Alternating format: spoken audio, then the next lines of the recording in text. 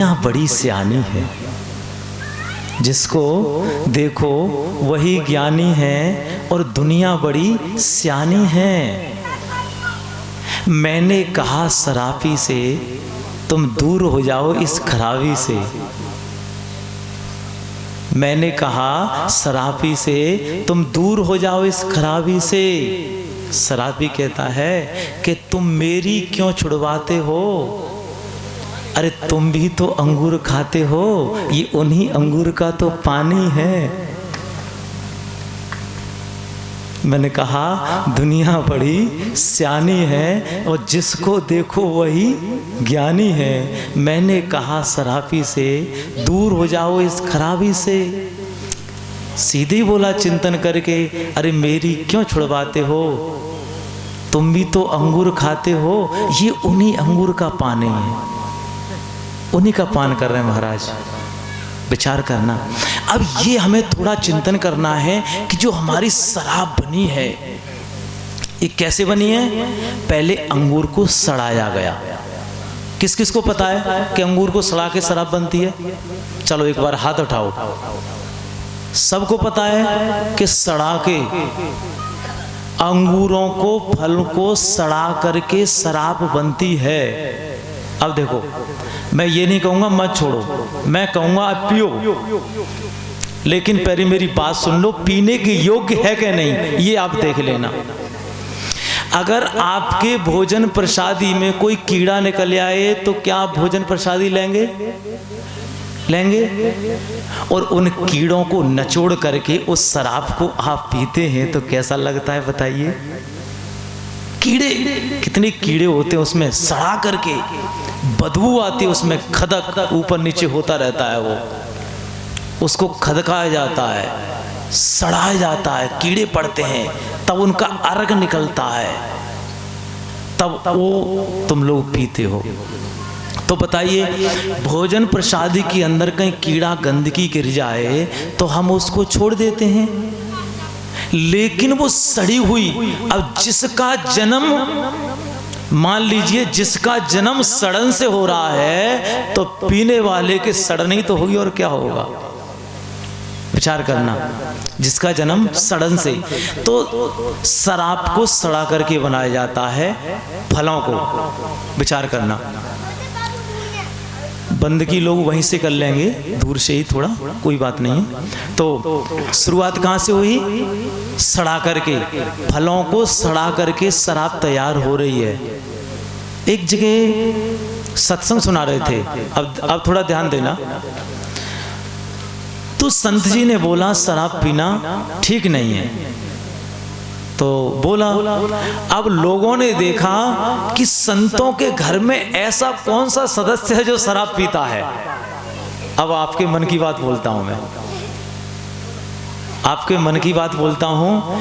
तो जो संत बोलते हैं वो मान लीजिए श्रोता उस चीज के अंदर देखते हैं, क्या ये बोल रहे हैं जैसे हैं या बोल ही रहे हैं सिर्फ। ये अब मैं सच्चाई बताता हूं आपको। तो कि जैसे बोल रहे हैं, तो देखा संत जी ने प्रवचन सुनाया, और प्रवचन सुनाने के बाद जब बाहर गए तो संत जी का भाई दारू पी के बाहर पड़ा था। अरे ये तो बहुत गड़बड़ हो गया, संत जी का भाई शराब पीकर बाहर पड़ा हुआ है। दूसरे दिन आए और शिकायत की कि संत जी आप दुनिया को शिक्षा संस्कार देते हो, हमको ज्ञान देते हो, लेकिन तुम पे अपना भाई भी नहीं सुधरा। तो संत जी ने कहा तुम बड़े नादान हो, वह यहाँ पर चिल्ला चिल्ला के बता रहा हूं और मेरा भाई पी कर बता रहा है कि दारू पी के इस प्रकार से गिरते हैं। वो अनुभव बता रहा है। विचार करना। तो उनका भाई था, वो गिर के बता रहा था, लेट के बता रहा था, और संत जी यहां से समझा रहे थे। तो विचार करना। तो शराब, तो हमें थोड़ा इस चीज का चिंतन करना चाहिए, थोड़ा विचार करना चाहिए। अब मैं छोटा सा एक दृष्टांत तो दूंगा आप लोगों को, जिससे कि थोड़ा सा। तो एक संत जी नए नए संत हुए, अच्छा, बुजुर्ग भी नए नए संत होते हैं और जवान भी नए नए संत होते हैं। अब किसको बोलोगे? एक बुजुर्ग होते हैं, वो भी नए नए संत होते हैं, और जो हमारे जैसे होते हैं वो भी नए नए संत होते हैं। अब उसमें देखने में कौन से संत लगेंगे? हम नए लगेंगे, ये बुजुर्ग लगेंगे। हो सकता है इनको अनुभव पुराना हो, ऐसा भी हो सकता है, या फिर नए हुए हों। तो एक नए संत हुए, नए तो जब घर छोड़ा बिल्कुल, तो मान लीजिए किसी चीज की चाह नहीं, बिल्कुल बोल देते हैं चाह गई चिंता मिटी मनुआ बेपरवाह, और जिसको कुछ नहीं चाहिए वो सहन के सबको पता है, जिसको किसी चीज की आवश्यकता नहीं। लेकिन जब संत जी बने तो प्राचीन समय की बात, तो पहले दक्षिणा में क्या दान किया जाता था? पहले चांदी के सिक्के चलते थे, मुद्राएं चलती थी। तो संत जी को किसी भगत के यहाँ गए तो एक चांदी का सिक्का दिया दान में। अब सभी लोग ध्यान देना, जब चांदी का सिक्का दान में दिया, देने के बाद संत ने सोचा कि अब तो चांदी का सिक्का मिल गया और मैं ऐसे हर जगह सत्संग में जा करूंगा। इधर कर आए, देखिए कुछ जगह ऐसी हैं वहां पर बिना बुलाए जाना चाहिए, और कुछ ऐसी जगह हैं वहां पर बुलाने पर जाना चाहिए। सत्संग में बिना बुलाए चले आइए, कोई दिक्कत नहीं है, लेकिन बिन बुलाए आए तो शांति से रहिए, उत्पात मत मचाइए। तो बिना बुलाए सत्संग में जाना चाहिए। तो संत जी को सिक्का मिला, तो संत जी को लालच आ गया कि मुझे ऐसे सिक्के इकट्ठे कर लेता हूँ। अब संत जी हर जगह सत्संग सुनने के लिए जाते थे, और तो हर जगह दक्षिणा मिलती थी उनको, तो धीरे धीरे काफी सिक्के इकट्ठे हो गए, सोने के भी इकट्ठे हो गए। अब जैसे ही सोना इकट्ठा हुआ, वैसे ही रात में सो नहीं पा रहे हैं, सोना मिलते ही कि चिंता है कि सोना चोरी हो जाएगा। अब बताओ, सोने की कीमत बढ़ गई, सोने की कीमत कम हो गई। अब किसकी कीमत ज्यादा है? जैसे ही सोना आया वैसे ही सोना कम हो गया, क्योंकि रात में नींद नहीं आ रही है। अब बताओ, सोने की चैन वाला सुखी है क्या चैन से सोने वाला सुखी है? चैन से सोने वाला सुखी है, और चैन पहनने वाला सुखी नहीं है, क्योंकि उसको चिंता है कोई चैन तोड़ नहीं ले जाए, छीन नहीं ले जाए। तो बताओ, हमें सोने की चिंता है? नहीं, हमें नहीं, सोने की चिंता नहीं, सोने की चिंता है। बस फर्स्ट क्लास सो जाओ, तुमसे बड़ा सुखी संसार में कोई है ही नहीं, बहुत बड़े। तो उनको धीरे धीरे लालच हुआ, और उन्होंने इकट्ठे करते गए सिक्का, तो बहुत सारे सिक्के इकट्ठे हो गए। तो उन्होंने सोचा कि इन सिक्कों को कहाँ रखूं? मैं स्नान करने के लिए जाता हूं तो पोटली मेरी यहीं रह जाती है। तो बुजुर्गों ने दिमाग लगाया, बुजुर्ग संत थे, उन्होंने एक पाइप का बेंत बनाया, पाइप का बेंत, और उसके अंदर सिक्के भर दिए और ऊपर से चूड़ीदार कस लिया। अब कोई जांच नहीं पाएगा इसमें क्या है। लेकिन ये भगत भी बहुत होशियार है। ये भगत भी बहुत होशियार है। तो किसी भगत के यहाँ गए तो बड़ी ही संत की सेवा करी कि आओ साहेब, आइए अंदर बैठिए, विराजिए, भोजन प्रसादी अच्छे से कराया, खूब अच्छे से भोजन प्रसादी कराया। कराने के बाद जब संत जी विश्राम कक्ष में चले गए तो रात में भगत आया, उसने कहा ये बेंत कुछ अलग लग रहा है, क्या बात है इसमें? जब उठा के देखा तो उसमें वजन था। ऐसा क्या है इसमें वजन है? तो जब वो भगत ले गया, अपना ले गया उठा के चुपके से, और देखा, खोला, उसके अंदर तो सोने चांदी के सिक्के थे। उसने अपनी पत्नी को आवाज दी कि रामवती, कि हाँ, कि ये संत नहीं आए, ये तो भगवंत आ गए। क्या हुआ? अरे इनने तो माला माल कर दिया। हम सब भगवान से यही प्रार्थना करते हैं कि ऐसे संत तो हमेशा आते ही रहे हमारे यहाँ। तो जाके पूरा जो बेंत में थे सिक्के सब खाली कर दिए, सब खाली करके अब उसमें वजन कैसे बढ़ाना है। तो बड़े होशियार थे, तो उन्होंने ऐसे कंकड़ लिए बराबर के, बिल्कुल आवाज न हो, ऐसे कंकड़ भर दिए उसके अंदर, पूरी तरह से वजन उतना ही रहे बराबर, और खस के तुरंत रख दिया। सवेरे संत जी उठे आराम से, उन्हें कुछ पता ही नहीं, और भगत बड़ी सेवा कर रहा है, और भगत की पत्नी भाग भाग के सेवा कर रही है। साहब जी ये लीजिए, साहब जी पकौड़ी खाइए। उसने कहा शायद श्रद्धा भाव बढ़ गया इनका, बहुत श्रद्धा भाव बढ़ गया है। जब खूब सेवा करी, अच्छी सेवा करने के बाद तो प्रस्थान करने का समय आया, तो कहा साहब आप ऐसे ही आ करो, हर 2 महीने बाद 3 महीने बाद राउंड मारे करो, आपको आने से तो बहुत अच्छा है, आप आ गए। अच्छा, उस संत ने एक विचार किया था, चिंतन किया था कि जो मेरे अंदर, जो मैं जितना धन इकट्ठा कर रहा हूं, इस धन का इकट्ठा करने के बाद भंडारा करूंगा, भंडारा करूंगा और कुंभ में जाके सारे संत महात्माओं को दान दक्षिणा दूंगा और भोजन प्रसादी कराऊंगा। क्या सोचा? अनासक्त, अपना कोई स्वार्थ नहीं था उसमें, दूसरों के लिए सोचा था। तो जब कहते हैं कि संत की विदाई हुई तो बड़े प्रसन्न होकर विदाई करी, कहा महाराज फिर आना, बड़ी कृपा हुई आप आए हमारे यहाँ। तो संत जी तो चले जाते हैं, जाने के बाद इधर इसकी गरीबी थी, वो गरीबी दूर हो गई। अच्छा मकान बनाया, भैंस खरीदी, गाड़ी ट्रैक्टर ट्राली, माला माल हो गया।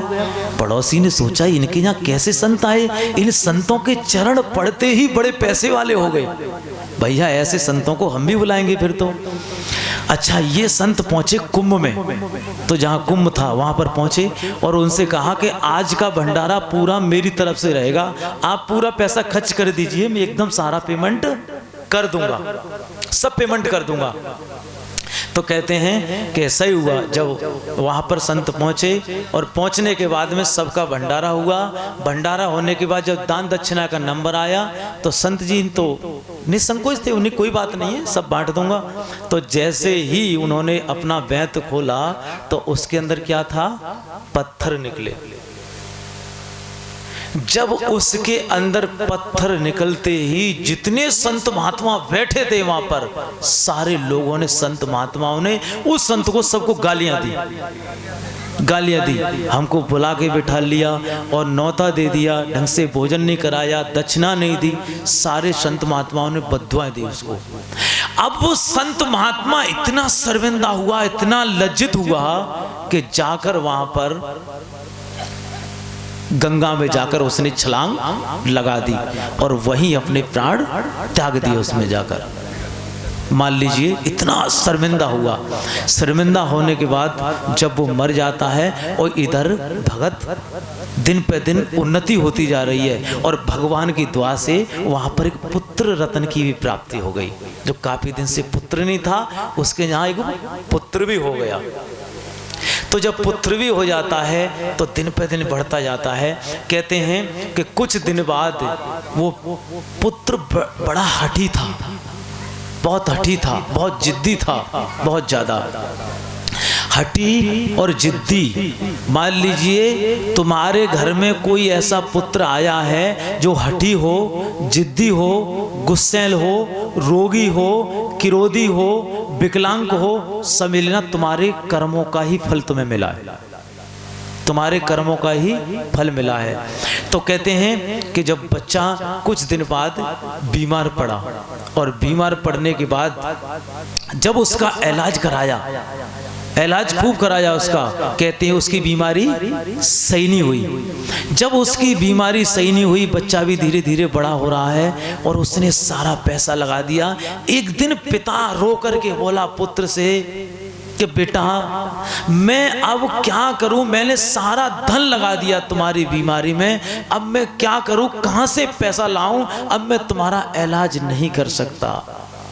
उसने कहा, हंसा और कहा, पिताश्री ये मकान और बेचो, मैं आपका इकलौता पुत्र हूं, ये धन आखिर मेरे लिए तो है और किसके लिए है? विचार करना, ये मकान मेरा नहीं है, ये मेरे लिए है। ये मकान मेरा नहीं है, मेरे लिए है। और हम क्या समझते हैं कि ये मेरा है, इसलिए समस्या खड़ी हो जाती है। एक संत जी यात्रा कर रहे थे बस में, तो अब मान लीजिए भगत था अपना, एक भगत भी ऐसे ही मिल जाते हैं, तो यात्रा कर रहे थे, तो उसने कि बेटा मुझे सीट दे दो, नहीं ये मेरी सीट है। तो संत महात्मा बेचारे ठीक ठाक थे, मतलब खड़े रहे अपने। जब आगे जाके स्टॉप पे उतरा तो संत जी ने उसकी भुजा पकड़ ली कि कहाँ जाता, अपनी सीट लेके जा। तेरी सीट है तो तू सीट किसी लिए क्यों नहीं लेके जा रहा है? तो कि बस महाराज मैं यहीं तक था, मैं यहीं तक था। तो बताइए, हमें भी ये सीट मिली है, जब तक यात्रा हो तब तक है, उसके बाद कोई दूसरा बैठेगा। मेरा मकान नहीं मेरे लिए है, मेरा बेटा नहीं मेरे लिए है, मेरी जमीन मेरी नहीं मेरे लिए है। जितनी भी संसार में वस्तु हैं वो हमारे लिए हैं, हमारे नहीं है। और जहां पर कहते हैं ये मेरी है हमारी है, इसलिए समस्या खड़ी हो जाती है। तो जब पुत्र ने कहा कि पिताश्री इस मकान को बेच दो, और मेरी एक इच्छा थी, आप शायद समझ नहीं पाए और हंसा। उनकी कोई बीमार व्यक्ति अचानक हंसे तो कि पिताश्री आप समझ नहीं पाए, मैं और कोई नहीं हूँ, वही संत महात्मा हूँ जो आपके दिन आया, आपके घर आया था। आपने मेरे सोने चांदी सिक्के की चोरी करी थी, मैं उसी गम में खत्म हो गया, शर्मिंदा हुआ, और उसके बाद मैंने आपके यहाँ जन्म लिया है। जैसे गाय हजार में बछुआ मार जाए, 10,000 गायों के बीच में अगर बछड़ा होगा तो अपनी माँ को पहचान लेगा, और दूसरी गाय के पास जाएगा तो वो लात मार देगी और भगा देगी, सींग मार देगी। लेकिन जहाँ उसकी माँ होगी, वहीं प्रेम से दूध पान कराएगी और लात भी नहीं मारेगी, और बड़े प्रेम से उसको चाटेगी, बड़ा उसको प्रेम करेगी, दुलार करेगी उसको, तब उसको दूध का पान कराएगी। विचार करना, तो ये कर्म रूपी बछड़ा है। तो जाके उसने कहा पिताजी मैं वही हूँ, बस मेरी अंतिम इच्छा थी, मकान बेचकर आप भंडारा कर दीजिए, बस आपका उद्धार हो जाएगा। विचार करना, तो ये कर्म रूपी बछड़ा, मैंने आपको थोड़ा सा दृष्टि डाली कर्म और भाग्य के ऊपर। कभी हमें किसी के साथ में गलत नहीं करना है, ये कर्मों का फल हमें ही भोगना पड़ेगा। तो अब